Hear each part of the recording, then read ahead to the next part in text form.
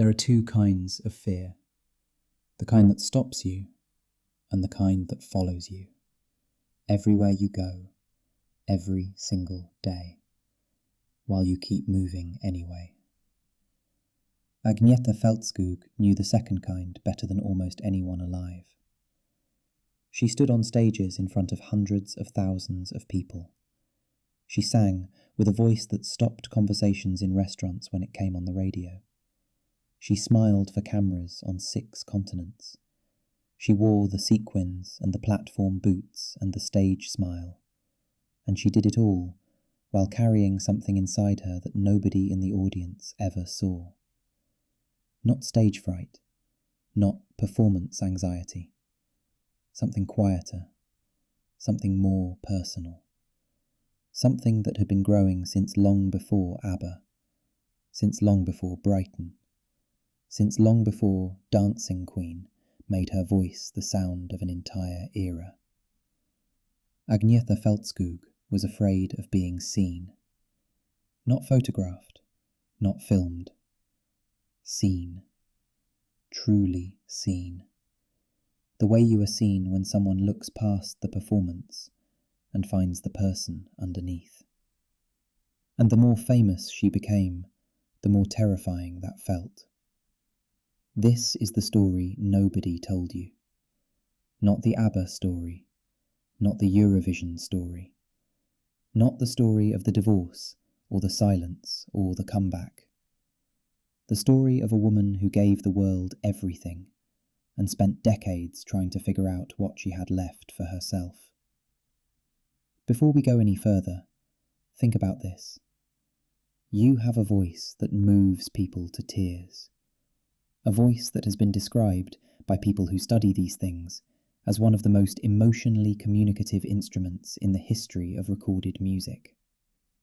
Every time you open your mouth, people feel things. Real things. Things they didn't know they needed to feel. Now imagine that you are also a deeply private person. That the attention feels less like applause and more like exposure. That every camera pointed at you feels like someone reaching into a place you have not invited them. What would you do? Agnetha did what most people do. She learned to perform the version of herself that the world needed, while keeping the real version somewhere safe, somewhere quiet, somewhere that belonged only to her. For a while, it worked. But here is what nobody talks about. The cost of that kind of performance. Not the singing, the other performance. The one that never stops. The one you do every time someone recognizes you in a supermarket. Every time a camera appears. Every time the question comes, what is it really like to be Agnetha Fältskog? That performance is exhausting in a way that no tour schedule can match. And by the late 1970s, Agnetha was exhausted. Ama asıl şok edici olan şey, kimse fark etmemişti. Agnetha Fältskog was born on April 5th, 1950, in Jönköping, Sweden. She was not a child who was pushed toward music.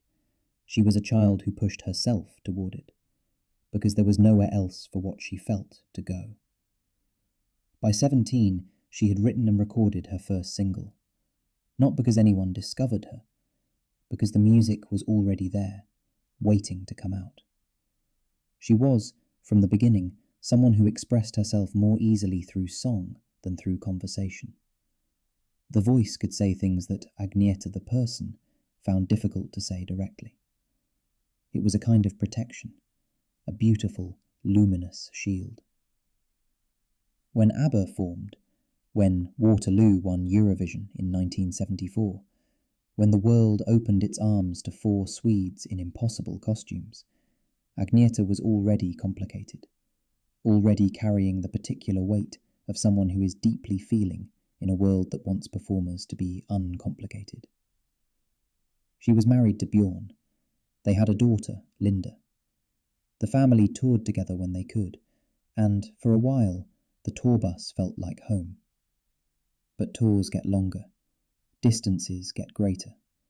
The gaps between what you are on stage and what you need to be at home get wider. And somewhere in the middle of all that distance, Agnetha began to feel something she could not quite name. It was not unhappiness. Not exactly. It was more like incompleteness. The sense that the life she was living, however extraordinary it looked from the outside, was not entirely hers. She wrote about it, in letters to friends, in diary entries, in the particular way she sang certain lines in certain songs, with a weight that went beyond the lyric. People heard it. Critics noted it. Fans felt it, without being able to say why. İşte tam bu noktada her şey değişti.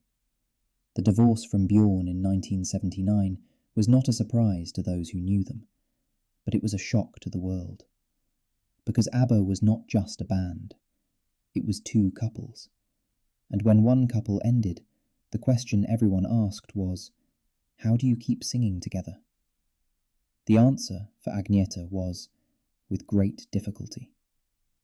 She has spoken about this only rarely, about what it felt like to stand on stage, night after night, next to the man she had loved and lost. To sing songs that were, in some cases, directly about their relationship. To smile for the cameras while navigating something that, in any other profession, would have allowed for privacy and distance and time. ABBA did not allow for distance. ABBA required proximity, required harmony, required the appearance, at least, of unity. And Agnetha was professional enough to provide it, and human enough to be broken by it.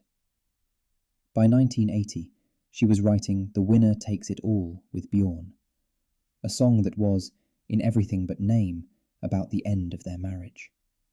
She recorded it in a single session, one take that everyone in the studio agreed was the one, not because it was technically perfect, because it was emotionally true in a way that could not be repeated. She cried during the recording. She has confirmed this. What she has never confirmed is whether she knew, in that moment, that she was singing her way toward the end of ABBA. After ABBA, Agnetha disappeared. Not immediately, not dramatically, gradually, the way water finds its level. She moved back to Sweden. She made solo albums. She gave interviews, but fewer each year. She appeared at events, but only the ones she could not gracefully avoid. And slowly, carefully, deliberately, she built a life that was smaller than ABBA, quieter, more manageable, more hers. The world interpreted this as sadness, as withdrawal, as a woman broken by fame and divorce and the weight of having been part of something too large to survive. But Agnetha has said, in the rare moments she has spoken about those years, that it was not sadness, it was relief. Relief. That word appears more than once in the accounts of people who knew her during that period. She was relieved to wake up in her own home, relieved to take her daughter to school without a photographer following, relieved to go to the grocery store and sometimes, just sometimes, be recognized only by one or two people who were polite enough to look away. She was relieved to be a person again, not a performer, not an icon. A person. Henüz en büyük sürprizi görmedim. But the fear did not disappear with the fame. If anything, it deepened, because the fear was never really about the cameras. It was about something the cameras represented. The sense that the world had a version of Agnetha Fältskog that was not quite her. A version that was frozen in sequins and platform boots and 1970s photographs. A version that would never age, never change, never be allowed to be anything other than what it was in that moment.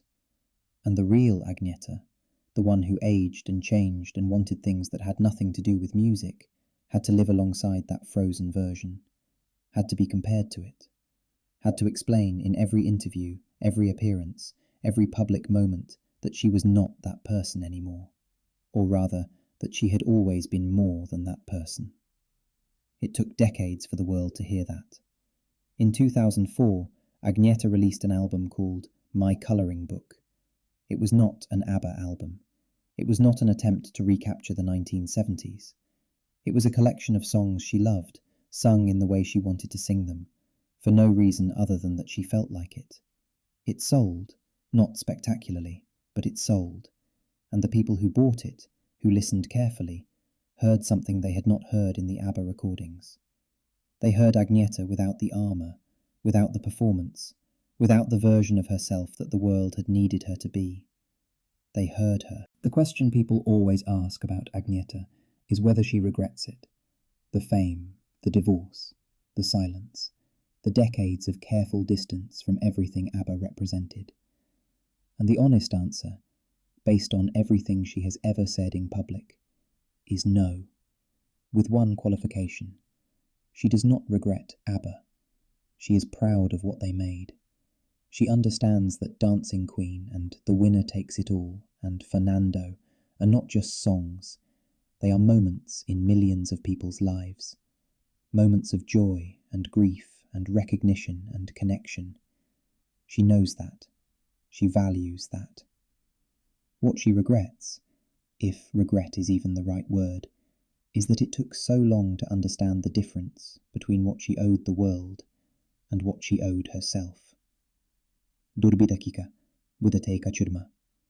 In 2021, when ABBA announced their comeback, when Voyage became the most anticipated album in decades, Agnetha was 71 years old. She went into the studio. She recorded new vocals. She let the world hear her voice again, older now, shaped by everything those years had carried. And it was, by every account, extraordinary. Not because it sounded like 1976, because it sounded like someone who had lived, someone who had been afraid and relieved and broken and rebuilt and afraid again, and had come out the other side of all of it still standing, still singing, still herself. There is a particular kind of courage in that.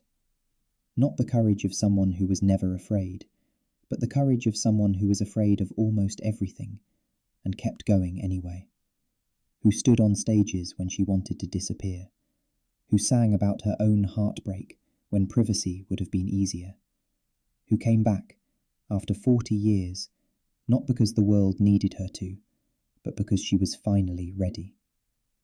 Agnetha Fältskog's secret fear was never really a secret. It was written into every performance she ever gave, into the way she held certain notes a fraction longer than necessary, into the particular quality of her voice when she sang lines that were too close to true. The world just didn't know what it was hearing. It was hearing a woman who was terrified, and who sang anyway, every single time. And perhaps that is exactly why the voice did what it did to people, why it still does, why millions of listeners who never met her, never knew her story, never understood the particular weight she carried, felt something when they heard it. Because fear, when it is honest, when it does not try to pretend to be something else, becomes something else entirely. It becomes music. It becomes ABBA.